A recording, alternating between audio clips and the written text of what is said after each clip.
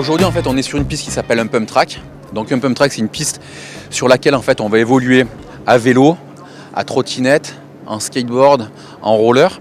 Le but du jeu, alors par exemple si on est en vélo, c'est de rentrer sur la piste, de mettre un coup de pédale au départ et puis de circuler sur le cheminement sans jamais pédaler. Donc en fait c'est juste une action de tirer sur le sommet de bosse et de pousser dans les creux qui va faire qu'on va créer de la vitesse. Et plus on va être actif sur le vélo, plus on va tourner de plus en plus vite. Et on va être capable de prendre de l'angle dans les virages et puis sur les bosses de les passer en enroulant sur la roue arrière, de s'amuser à les sauter. Après, la force de ce concept-là, c'est qu'on est sur un aménagement en fait, qui est évolutif. C'est-à-dire que là, aujourd'hui, on a une configuration de piste qui est un ovale. Cette piste-là, on peut la faire évoluer en faisant l'acquisition de modules complémentaires et être sur des designs beaucoup plus tortueux, en développant du linéaire.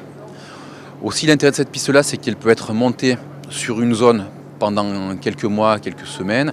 On peut la démonter, la stocker, la remonter ailleurs sur un autre terrain.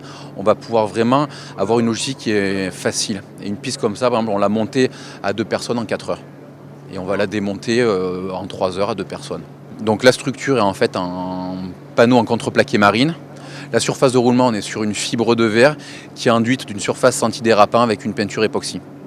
Donc en entretien, rien de particulier, elle peut rester dehors à l'année. Pour recevoir cette piste, en fait, il faut avoir un terrain le plus plat possible, puisque le but du jeu, comme je vous dis, ça va être de tourner sans avoir à pédaler à vélo ou sans avoir à repousser en skateboard ou en trottinette. Donc il faut qu'on ait un terrain plat pour ne pas avoir de portions trop rapides ou d'autres trop lentes. Donc une plateforme, qu'elle soit en béton, en goudron, en grave concassé ou sur un pré, peu importe. Tout le monde peut acquérir ce type de piste et surtout c'est qu'elle va être accessible à tout public. À partir de 8 ans pour une pratique libre et pour les plus petits, il faut qu'ils soient accompagnés d'un adulte pour pouvoir rouler avec tous les engins de roule. Aujourd'hui, on a un très bon retour parce qu'on est sur quelque chose qui est vraiment innovant. Donc les clients qui visitent connaissent les pratiques du skateboard, de trottinette, de BMX, mais ne connaissent pas ce genre de produit. Et en fait, dès qu'ils voient circuler sur la piste, ils disent mais c'est génial, il y a l'air d'avoir de super sensations. Et le mieux, c'est qu'on leur fait essayer les pistes et ils éprouvent très rapidement et très facilement de super sensations sur les vélos ou les trottinettes.